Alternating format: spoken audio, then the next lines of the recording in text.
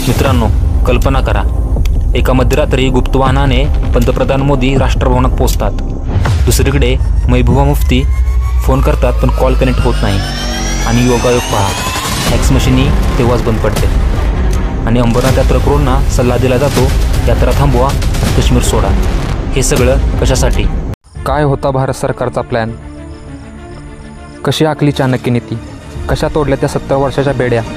चला तर जाणून घेऊया जम्मू आणि काश्मीरचा इतिहास. जम्मू आणि काश्मीर हे नाव ऐकलं की बस आपल्या डोळ्यासमोर एकच चित्र उभं राहतं. ते म्हणजे तो दहशतवाद, सैन्यांचं बलिदान, ते बॉम्बस्फोट आणि आपल्या निष्पाप लोकांची हत्या. बस.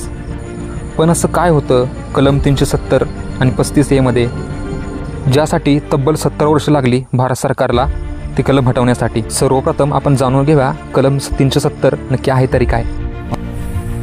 कलम 370 हे भारताच्या राज्यघटनेतील एक विशेष प्रावधान होतं, जे जम्मू आणि काश्मीर या राज्याला विशेष दर्जा देत होतं. हे कलम 1949 मध्ये भारताच्या राज्यघटनेत समाविष्ट करण्यात आलं आणि 16 जानेवारी 1950 रोजी हे लागू झालं. या कलमाखाली जम्मू काश्मीरला कोणते विशेष अधिकार होते हे पाहूयात.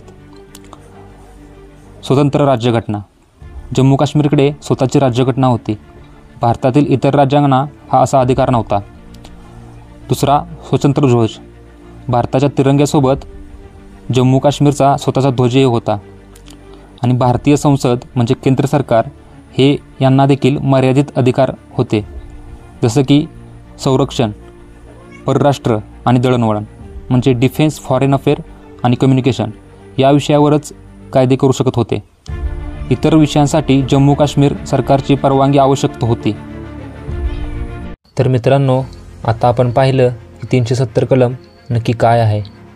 आता आपण जाणून घेणार आहोत की भारत सरकारने कशाप्रकारे 370 कलम हटवण्याचा प्लॅन केला होता, काय रणनीती होती, अखेर 370 कलम कसं रद्द केलं ते. तर मित्रांनो, 2005 नंतर BJP खूप वेगाने वर येत होती आणि BJPचे नेते कलम 370 आणि नेहरूंनी ज्या पद्धतीने ही परिस्थिती हाताळली होती त्यामुळे खूप संतप्त होते. खरं तर BJPने पुढे जाऊन आपल्या जाहीरनाम्यात हे नमूद केलं होतं की आमचे सरकार आल्यास आम्ही कलम 370 रद्द करू. पण असं होत होतं की BJP जम्मू काश्मीरमध्ये निवडणुका लढवत होती पण त्यांना तेवढ्या जागा मिळत नव्हत्या. मग वर्ष येते 2014. मग 2014 हे वर्ष सर्वांना आश्चर्यचकित करते. 25 नोव्हेंबर 2014 ते 20 डिसेंबर 2014पर्यंत जम्मू काश्मीरमध्ये निवडणुका होतात. BJP पूर्ण ताकदीने निवडणूक लढवते. यावेळी जेव्हा निकाल येतो तेव्हा प्रत्येकजण आश्चर्यचकित होतो. ज्या BJPला जम्मू काश्मीरमध्ये जास्त जागा मिळत नव्हत्या त्यांना यावेळी 25 जागा मिळाल्या, ज्या की PDPपेक्षा 3 जागा कमी होत्या. म्हणजे PDPला 28 जागा मिळाल्या होत्या. आणि या निवडणुकीत BJPने मिळवलेल्या संख्येमुळे अशी परिस्थिती निर्माण झाली होती की जम्मू काश्मीरमध्ये BJPच्या पाठिंब्याशिवाय सरकार बनवणं कठीण झालं होतं, कारण बाकीच्या पक्षांमध्ये आपापसात वाद होते. मग इथून BJPने काय केलं? PDPची वैचारिकदृष्ट्या BJPच्या अगदी विरुद्ध होती त्यांच्याची चर्चा सुरू झाली. आणि अचानक 25 फेब्रुवारी 2015 रोजी अमित शहा आणि महबूबा मुफ्ती पत्रकार परिषद घेतात. आणि 1 मार्च 2015 रोजी दोन्ही पक्ष एकत्र येऊन जम्मू काश्मीरमध्ये सरकार बनवतात. ही पहिलीच वेळ होती जेव्हा BJPने PDPला पाठिंबा दिला होता. आणि ही तारीख 1 मार्च 2015 असे मानले जाते की याच दिवशी कलम 370 रद्द करण्याची पायाभरणी झाली होती. PDPच्या सर्व मागण्या BJPने मान्य केल्या. मुफ्ती मोहम्मद सईद यांना मुख्यमंत्री बनायचे होते. BJPने तेही मान्य केले. आणि BJPचे निर्मल कुमार सिंग यांना उपमुख्यमंत्री बनवले होते. आणि BJP यात कोणताही हस्तक्षेप करत नाही, ते शांतपणे सर्व काही मान्य करते. आता पुढे 1-2 वर्ष हे लोक सरकार चालवतात. त्यानंतर 19 जून 2018 ही तारीख येते आणि असे मानले जाते की या विशिष्ट वेळेपर्यंत BJPने आपले पूर्ण नियोजन केले होते. मित्रांनो, इथून पुढे खरा BJPचा गेम चालू होतो. ती चाणक्य नीती, 2 वर्षाचं प्लॅनिंग आता एक्झिक्यूट करण्याची वेळ असते. आता तारीख येते 19 जून 2018. अचानक BJP PDPला दिलेला पाठिंबा काढून घेते आणि पाठिंबा काढून घेतल्यामुळे PDPकडे बहुमत राहत नाही. त्यामुळे सरकार कोलमडते. तांत्रिकदृष्ट्या त्या विशिष्ट वेळी जम्मू काश्मीरमध्ये कोणतेही सरकार राहत नाही आणि म्हणूनच काश्मीरच्या कलम 92नुसार जेव्हा अशी परिस्थिती असेल म्हणजे जम्मू काश्मीरमध्ये सरकारचे पतन होईल आणि संविधानिक पतन होईल, तेव्हा थेट राष्ट्रपती राजवट लागू होणार नाही. त्याऐवजी सुरुवातीचे 6 महिने जम्मू काश्मीरमध्ये राज्यपाल जम्मू काश्मीर चालवते. आता यानंतर 23 ऑगस्ट 2018 रोजी सत्यपाल मलिक यांना राज्यपाल बनवून जम्मू काश्मीरमध्ये पाठवले जाते आणि असे म्हटले जाते की या विशिष्ट वेळी त्यांच्यावर भारत सरकारचा खूप विश्वास होता. त्यावेळी मोदी आणि शहा यांचा सत्यपाल मलिक यांच्यावर पूर्ण विश्वास होता की ते ही स्थिती योग्यरित्या हाताळतील. यापूर्वी सत्यपाल मलिक हे BJPचे राष्ट्रीय उपाध्यक्ष देखील बनले होते. तर पुढे यानंतर जम्मू काश्मीरमधील परिस्थिती अशी होते की कोणतेही सरकार नव्हते आणि राज्यपाल या सर्व गोष्टी हाताळत होते. पण फक्त सत्यपाल मलिक यांच्या जम्मू काश्मीरमध्ये राज्यपाल बनण्याने काम पूर्ण होणार नव्हतं. प्लॅन अजून बाकी होता. खरा खेळ 6 महिन्यानंतर सुरू होतो, जेव्हा राष्ट्रपती राजवट लागू होईल आणि सर्वजण त्याचीच वाट पाहत होते की 6 महिने पूर्ण व्हावेत आणि जम्मू काश्मीरमध्ये राष्ट्रपती राजवट लागू व्हावी. आता जर ह्या 6 महिन्याच्या काळात सरकार स्थापन झाले असते तर कलम 370 हटवण्यात अडचण आली असती. त्यामुळे या 6 महिन्याच्या काळात सरकार स्थापन करण्याची BJPची अजिबात इच्छा नव्हती. आता BJP ते शांत बसते. पण यानंतर काय होतं की PDP, काँग्रेस आणि नॅशनल कॉन्फरन्स यासारख्या इतर पक्षांच्या चर्चा सुरू होतात आणि आपापसात असलेले मतभेद दूर करून सगळे मतभेद विसरून 21 नोव्हेंबर 2018 रोजी म्हणजे 6 महिने पूर्ण होण्यापूर्वी 1 महिना हे पक्ष मिळून सरकार स्थापन करण्याचा प्रयत्न करतात. आता हे 3 पक्ष सरकार बनवण्यास व्यस्त होते, पण त्यांना पुढे काय होणार आहे याची कोणतीही कल्पना नव्हती. आता हे 3 पक्ष आपला सरकार स्थापनेचा निर्णय बनवतात आणि 21 नोव्हेंबर 2018 रोजी हे पक्ष राज्यपालांशी म्हणजे सत्यपाल मलिक यांच्याशी संपर्क साधतात.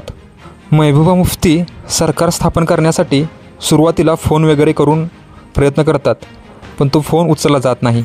त्यानंतर त्या राज्यपाल म्हणजे सत्यपाल मलिक यांना सरकार स्थापनेसाठी फॅक्स पाठवतात. पण तुम्ही योगायोग बघा, त्याचवेळी नेमकी फॅक्स मशीनही खराब होते. आता हे फॅक्स मशीनचं कारण सांगून आजची तारीख तर टळली. म्हणजे 21 नोव्हेंबर 2018ची तारीख टाळून काही होणार नव्हतं, कारण 6 महिने पूर्ण होण्यासाठी अजून 1 महिना बाकी होता. तर याच दरम्यान राज्यपाल सत्यपाल मलिक केंद्र सरकारला शिफारस पाठवतात की जम्मू काश्मीरमधील परिस्थिती आणि पक्षामधील गोंधळ पाहता येथे घोडेबाजार म्हणजे आमदारांना खरेदी करणे किंवा पैसे देऊन आपल्या बाजूने करणे या सर्व गोष्टी होण्याची खूप शक्यता आहे. तर अशा परिस्थितीत सरकार स्थापन करणे योग्य राहणार नाही अशी शिफारस केंद्र सरकारकडे करतात आणि ही शिफारस स्वीकारली जाते आणि सरकार बनवण्यास विरोध केला जातो. आता अखेर तो दिवस येतो ज्याची सगळे वाट पाहत असतात. यानंतर 20 डिसेंबर 2018 ही तारीख येते. या दिवशी 6 महिने पूर्ण होतात आणि जम्मू काश्मीरच्या संविधानानुसार राष्ट्रपती राजवट लागू होते. आत्ता जेव्हा ही राष्ट्रपती राजवट लागू होते तेव्हा राष्ट्रपती स्वतः येऊन राज्याचं कामकाज चालवत नाहीत. ते एक अधिसूचना जारी करतात, त्यात सर्व गोष्टी नमूद केलेल्या असतात की त्यांच्या वतीने राज्याचे कामकाज कोण आणि कसे चालवणार. तर जम्मू काश्मीरच्या बाबतीतही असेच घडते. जेव्हा राष्ट्रपती राजवट लागू होती तेव्हा राज्यपालांच्या हातात खूप जास्त अधिकार येतात. या राष्ट्रपती राजवट चालू झाल्यामुळे आता राष्ट्रपतींच्या अधिसूचनेमुळे जम्मू काश्मीरच्या राज्यपालांना म्हणजे सत्यपाल मलिक यांना इतके अधिकार मिळाले होते जे एका देशाच्या पंतप्रधानाकडे असतात. आता बघा, जम्मू काश्मीरमध्ये सरकार नाही, विधानसभा भंग झाली आहे, तर विधानसभेचे काम कोणीतरी करायला हवे, बरोबर? तर आता कोण करणार? तर या राष्ट्रपती अधिसूचनेनुसार यात सांगितले आहे की विधानसभा भंग झाल्यामुळे तिच्या जागी भारताची संसद तिच्या वतीने कार्य करेल. म्हणजे थोडक्यात केंद्र सरकार त्या ठिकाणी ते काम सांभाळेल. आता तुमच्या लक्षात आलं असेल की 6 महिन्यांची वाट का बघितली गेली. आता जम्मू काश्मीरमध्ये राष्ट्रपती राजवट चालू झाल्यामुळे झालं असं की जम्मू काश्मीरचे मुख्यमंत्रीपद भारत सरकारने पाठवलेल्या राज्यपाल सत्यपाल मलिक यांचे झाले आणि जम्मू काश्मीरची संपूर्ण विधानसभा भारताची संसद झाली. आता पुढे जाऊन जर जम्मू काश्मीरमध्ये कोणतीही गोष्ट आणायची असेल तर तिच्या मंजुरीसाठी जी अडचण येत होती ती या एका अधिसूचनेमुळे संपली. म्हणजे महबूबा मुफ्ती आणि अमर अब्दुल्ला इत्यादी पक्षांच्या हातातून सत्ता केंद्र सरकारच्या हातात गेली होती. आता इतके काम केल्यानंतर जम्मू काश्मीरच्या सुरक्षेवर लक्ष केंद्रित करण्यात आलं. कारण आता जरी राष्ट्रपती राजवट लागू झाली असली तरी जम्मू काश्मीरमध्ये 370 कलम हटवणं इतकं सोपं नव्हतं. सुरक्षेबाबत Ajit Doval, lieutenant general KJS Dhillon आणि जनरल बिपिन रावत यांच्यासह अमित शहा यांची एक बैठक घेतली गेली. आता सुरक्षेसाठी पुढे यात आणखी काही गोष्टी जोडल्या गेल्या, जसं की 1000हून अधिक सॅटेलाईट फोन उच्चपदस्थ अधिकाऱ्यांना देण्यात आले. त्यांना सामान्य फोनवरून बोलण्यास परवानगी नव्हती आणि 45,000 दलांना त्वरित काश्मीरमध्ये तैनात करण्यात आले आणि काश्मीर 370 या कलमातून मुक्त होणार होते. आणि कलम 370 रद्द करण्यासाठी 5 ऑगस्ट 2019 ही तारीख निश्चित करण्यात आली आणि त्यानुसार सुरक्षा व्यवस्था करण्यात आल्या होत्या. पण या दरम्यान अंबरनाथ यात्रा होणार होती.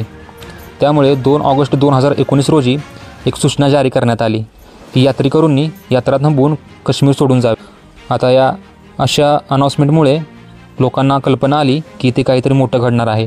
त्यानंतर 2 दिवसांनी म्हणजे 4 ऑगस्ट 2019 रोजी काश्मीरमधील सर्व स्थानिक नेत्यांना नजरकैदेत ठेवण्यात आले आणि त्यांचे मोबाईलही काढून घेण्यात आले. त्याच दिवशी रात्री कलम 144 लागू करण्यात आले. म्हणजे पूर्ण काश्मीरमध्ये आता संचारबंदी करण्यात आली. आता असेही म्हटले जाते की 4 ऑगस्टच्या रात्री मध्यरात्री राष्ट्रपती भवनात एका गुप्त वाहनातून पंतप्रधान नरेंद्र मोदी तिथे पोहोचतात आणि दुसऱ्या दिवशी म्हणजे 5 ऑगस्ट 2019 रोजी काय घडणार होते यावर चर्चा झाली असावी. आता कलम 370 रद्द करण्यासाठी एक प्रक्रिया आहे ज्यात जम्मू आणि काश्मीर या सरकारची परवानगी आवश्यक असते.